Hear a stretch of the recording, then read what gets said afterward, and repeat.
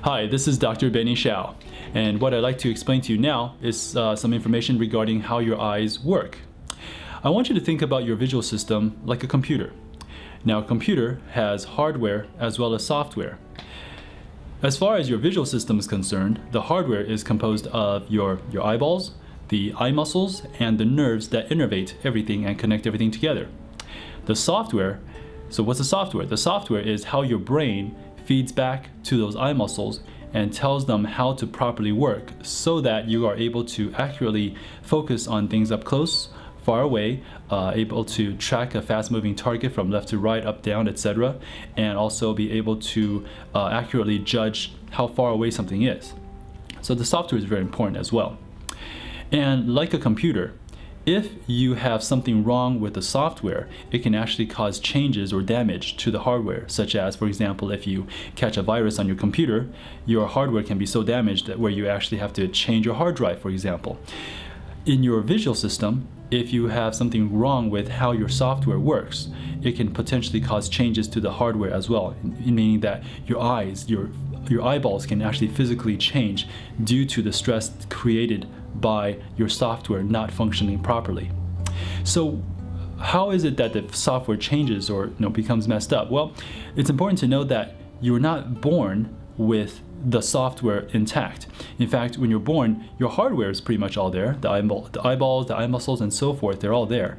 But the software needed to run everything, those are actually underdeveloped.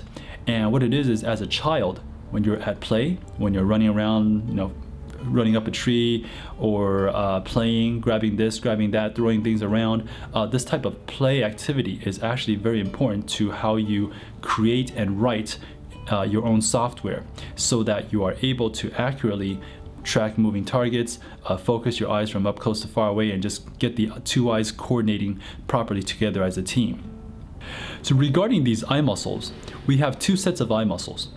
There's an eye muscle on the inside of the eye, and there are muscles on the outside of the eye. The eye muscles on the outside control whether you're looking up or down, left or right, up close or far away. When the eye muscles on the outside don't work together properly, then you end up seeing double, or you're just looking in the wrong place. The muscle on the inside of the eye, what we call the ciliary muscle, this muscle controls where you see clearly. So there is something like the autofocus on a camera. So if the autofocus on your camera doesn't work properly, then the pictures that you take end up being blurry. So now these two sets of muscles, the outer muscles and the inner muscle, they're supposed to work together properly as a team so that if you're looking far away, the outer muscles line up your eyes so that they are both eyes are looking far away, and the inner muscle is focused for far away. And then when you're looking up close, the two eyes pull together and the inner muscle focuses up close so that you see single as well as clearly. If they don't work properly, then theoretically you should be seeing double or blurry or possibly both.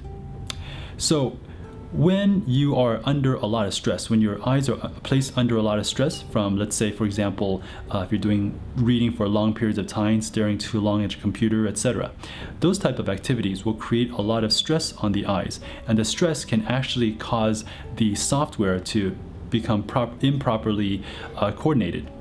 It can have a negative effect on how the eyes work together as a team. And when that happens, there can potentially be elevated pressure within the eyes. The elevated pressure within the eye will actually cause the eyeball to slowly stretch out and become longer than what it was before. Bear in mind that 1 millimeter, just 1 little millimeter of stretching will cause your eye to be a prescription of -3 in nearsightedness. Now, the usual typical eye exam is geared only at determining the lens you need to see clearly for either far away or up close, and also looking at the health of your eyes. Unfortunately, if your eye doctor doesn't do vision therapy, then chances are they're not doing any of the type of testing necessary to determine the quality of your visual software. In fact, most eye doctors, after getting out of optometry school, because they're not applying this type of information and not applying these tests on a day-to-day basis, they forget a lot of this information.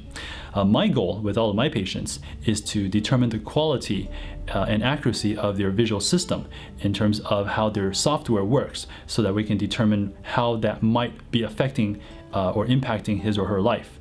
Some of these impacts may be in the realm of eye-hand coordination, sports, being able to read properly and remember what you read. And in other cases, it can cause the increase in eye pressure that leads to changes in your prescription, causing you to become more and more nearsighted. So if we can determine what these underlying visual problems are, with some of these visual software problems, if we can determine what they are, then we can figure out how we can fix them and determine what we can do to improve upon your child's life and quality of life and health.